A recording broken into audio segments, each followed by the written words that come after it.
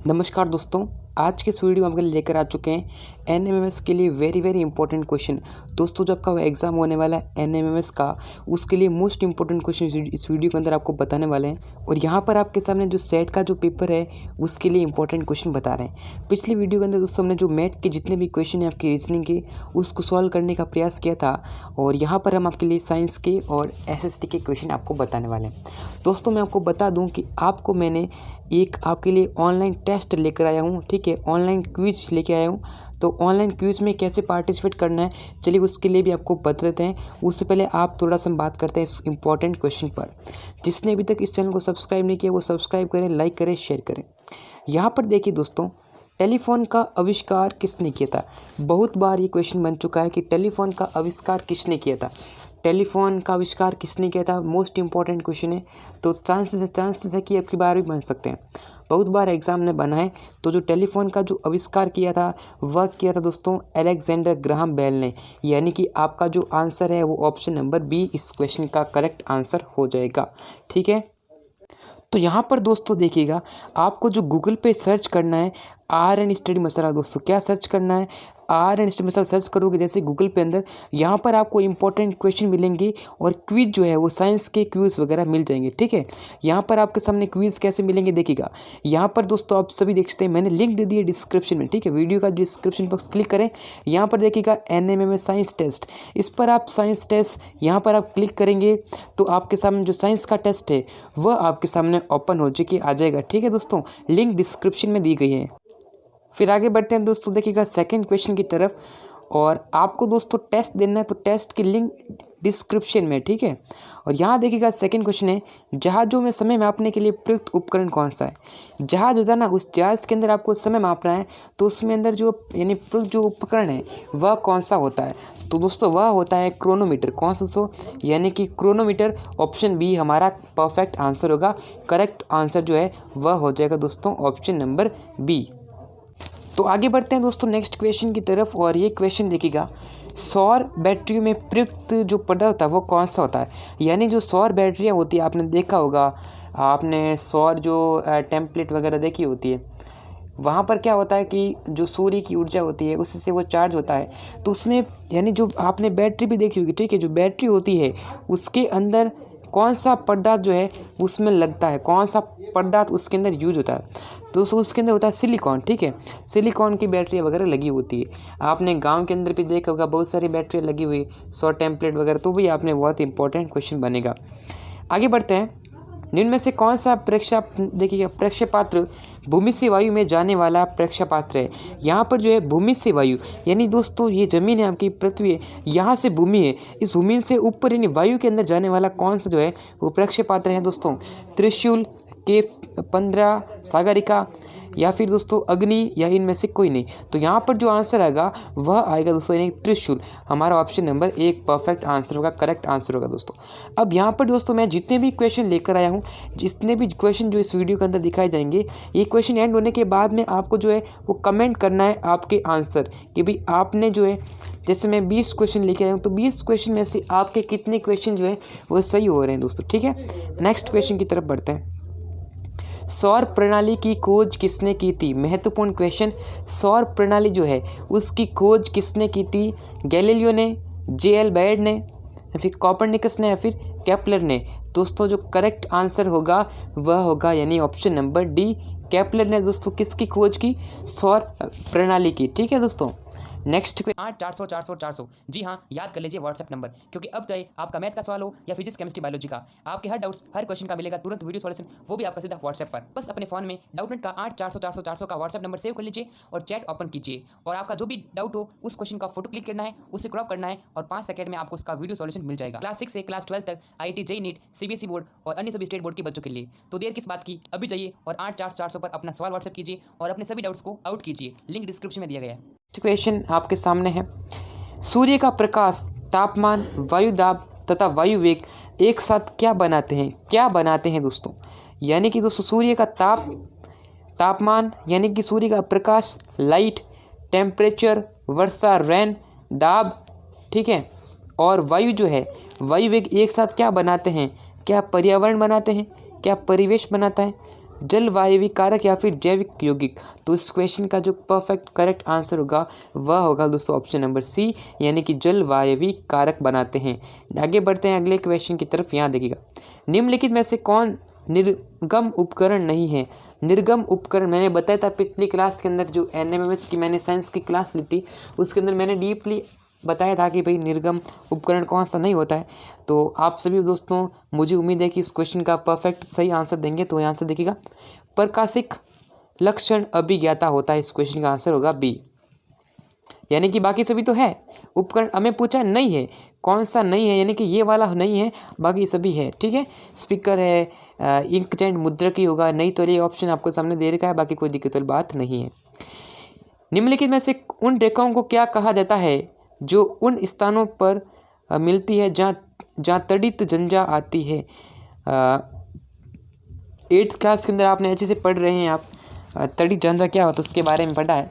तो मुझे यहाँ पर देख सकते हैं, जो तड़ित झंझा आती है यहाँ पर उन रेखाओं को क्या कहते हैं। तो उन रेखाओं को क्या कहते हैं दोस्तों, उन रेखाओं कहते हैं दोस्तों आइसोबॉट्स। क्या कहते हैं दोस्तों, यानी दोस्तों आइसोबॉट्स कहते हैं। यानी दोस्तों इस क्वेश्चन का आंसर हमारा ऑप्शन नंबर सी हो जाएगा। बिल्कुल दोस्तों, आगे बढ़ते हैं।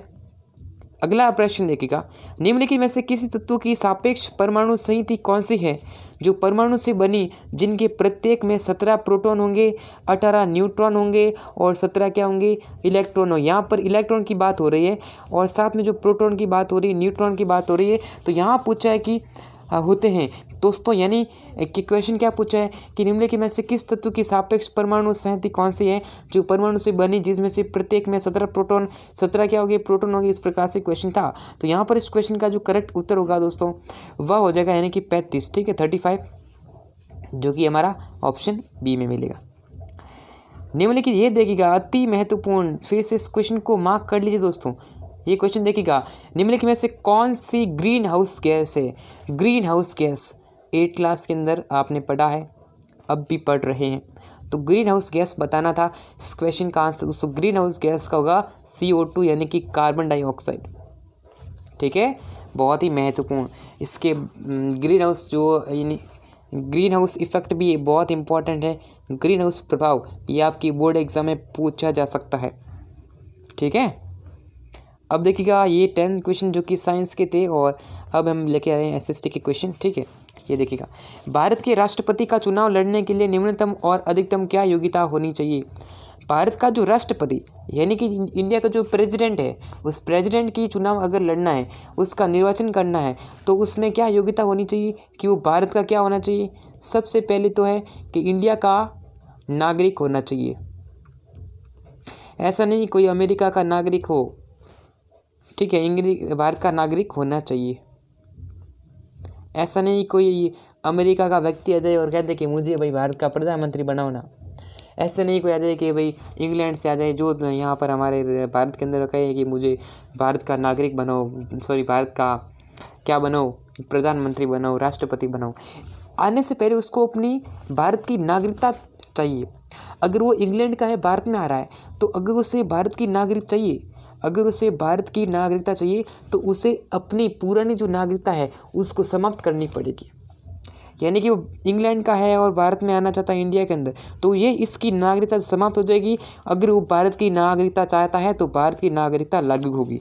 ठीक है, हमें पूछा है कि भारत के राष्ट्रपति का चुनाव लड़ने के लिए न्यूनतम यानी कि मिनिमम और मैक्सिमम आयु क्या होनी चाहिए। तो सबसे पहले दोस्तों वो क्या होना चाहिए, यानी कि वह 35 वर्ष का होना चाहिए और सीमा तो कोई नहीं है इसके लिए। ठीक है, ऑप्शन नंबर डी का करेक्ट आंसर होगा। भारतीय संविधान का 52वां संविधान संशोधन किससे संविधान है, यानी कि संविधान संशोधन किससे संबंधित है दोस्तों। 51 संविधान संशोधन, तो बताना दोस्तों यहाँ पर जो आंसर होगा वह होगा राजनीतिक दल बदल के विरोधी प्रावधान के अंदर। ये जो पॉलिटिक्स के क्वेश्चन आपके सामने बन रहे हैं तो देखिएगा इनको। लोकसभा में राष्ट्रपति द्वारा कितने सदस्य मनोनीत किए जाते हैं? दोस्तों, लोकसभा में राष्ट्रपति द्वारा कितने सदस्य मनोनीत किए जा सकते हैं? तो इस क्वेश्चन के अंदर जो है वो दो है वो मनोनीत किए जाते हैं। दो जो है वो कौन से होंगे? दो होंगे दोस्तों आंग्ल भारत वाले, ठीक है। और कभी कभी एग्जाम में लोकसभा का जो कार्यकाल है, अगर पूछे लोकसभा, मैं आपको चीज़ बताना चाहूँगा, यहाँ पर जो है वो लोकसभा का कार्यकाल लोकसभा है और ये दोस्तों कौन है? राज्यसभा, ठीक है। लोकसभा और राज्यसभा, इसका जो कार्यकाल होगा दोस्तों वो कार्यकाल कितने वर्ष का होता है? 5 वर्ष का, इसका 6 वर्ष का होता है।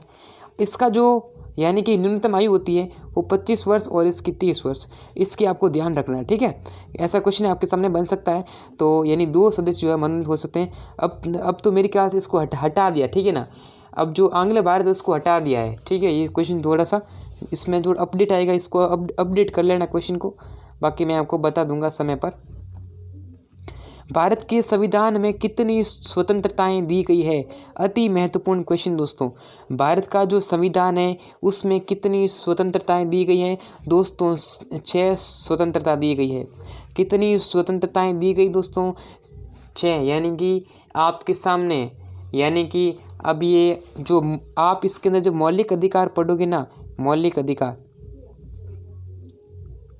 ठीक है। तो मौलिक अधिकार के अंदर आपको जो 6 अधिकार है वो पढ़ेंगे आप एक एक, जैसे स्वतंत्रता का अधिकार, समानता का अधिकार, संवैधानिक उपचारों का अधिकार, मतलब 6 अधिकार पढ़ोगे तो उसमें ये आ जाएगा कितनी स्वतंत्रता दी गई दोस्तों? 6 स्वतंत्रता दी गई है। ऑप्शन बी करेक्ट आंसर होगा। आगे बढ़ते हैं अगले क्वेश्चन की तरफ। कोई अकेला मंत्री किसके द्वारा हटाया जा सकता है? कोई अकेला मंत्री किसके द्वारा हटाया जा सकता है? तो वह दोस्तों यानी कि दोस्तों राष्ट्रपति के द्वारा हटाया जा सकता है, यानी कि इंडिया के जो प्रेसिडेंट है उसके द्वारा हटाया जा सकता है। भारत की किस अनुसूची में भाषाएं हैं दोस्तों? कौन सी अनुसूची, यानी कि 8वीं अनुसूची जो है उसके अंदर जो है वो भाषाएं हो जाएगी दोस्तों। 8वीं अनुसूची यानी कितनी भाषा हैं, कितनी भाषाओं को राजभाषा का, आपके सामने ऐसा भी प्रश्न हो सकता है कि कितनी भाषाओं को राजभाषा का दर्जा दिया गया है? तो 22 भाषाओं को राजभाषा का दर्जा दिया गया है। ये क्वेश्चन कई बार बना है। आगे बढ़ते हैं। भारत का 28वां राज्य कौन सा है? दोस्तों भारत का 28वां राज्य बताइए। अब भारत का जो 28वां राज्य है तो वह हो जाएगा दोस्तों, यानी कि कौन सा? झारखंड दोस्तों। अब ये क्वेश्चन अभी जो पूछ सकते हैं कि भारत में वर्तमान में कितने राज्य हैं, तो दोस्तों वर्तमान में कितने राज्य हैं? 28 राज्य, ठीक है। वो जम्मू कश्मीर को अलग हटा दिया ना, इस कारण से। तो भारत में अभी कितने? 28 राज्य हैं और 8 केंद्र शासित प्रदेश हो जाएंगे। इस प्रकार से वर्तमान में आपको पता होना चाहिए 28 स्टेट्स हैं इंडिया के अंदर। एलोरा का कैलाशनाथ मंदिर, ये दोस्तों बहुत ही महत्वपूर्ण क्वेश्चन। एलोरा का कैलाशनाथ मंदिर किसने द्वारा बनाया गया था? तो इस क्वेश्चन का परफेक्ट उत्तर क्या होगा? यानी कि जो एलोरा का जो कैलाशनाथ मंदिर है वह किसके द्वारा बनाया गया? ये क्वेश्चन बहुत ही महत्वपूर्ण प्रश्न पूछ जा सकता है। इस क्वेश्चन के अंदर आपको पता होना चाहिए दोस्तों कि एलोरा का जो कैलाशनाथ मंदिर है वह किसके द्वारा बनाया गया था, मतलब किसके द्वारा निर्माण किया गया था।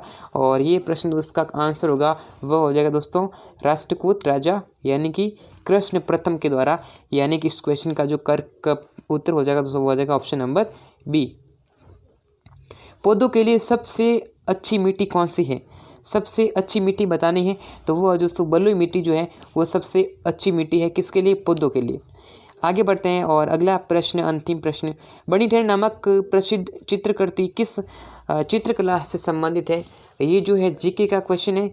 चित्र शैलियों से संबंधित प्रश्न जो है वो पूछा गया है। तो बनी ठहरी नामक जो प्रसिद्ध चित्रकला है वो बनी ठहरी दोस्तों जो कहाँ से थी? जोधपुर की थी। किसकी थी दोस्तों? जोधपुर की थी ना, क्या नहीं थी दोस्तों? ये थी दोस्तों किशनगढ़, यानी कौन सी? अजमेर, ठीक है। हमारा आंसर होगा ऑप्शन ए। इस प्रकार से हमने 20 क्वेश्चन करने की कोशिश की है। तो वीडियो को लाइक शेयर सब्सक्राइब करें, ठीक है। सब्सक्राइब कर लेना और साथ में बेल आइकन को प्रेस कर लेना ऐसे ही क्वेश्चन के लिए। तो फिर मिलेंगे आपसे नेक्स्ट वीडियो के अंदर। तब तक के लिए जय हिंद और वंदे मातरम। वीडियो को लाइक शेयर सब्सक्राइब और टेस्ट दे देना लिंक डिस्क्रिप्शन में।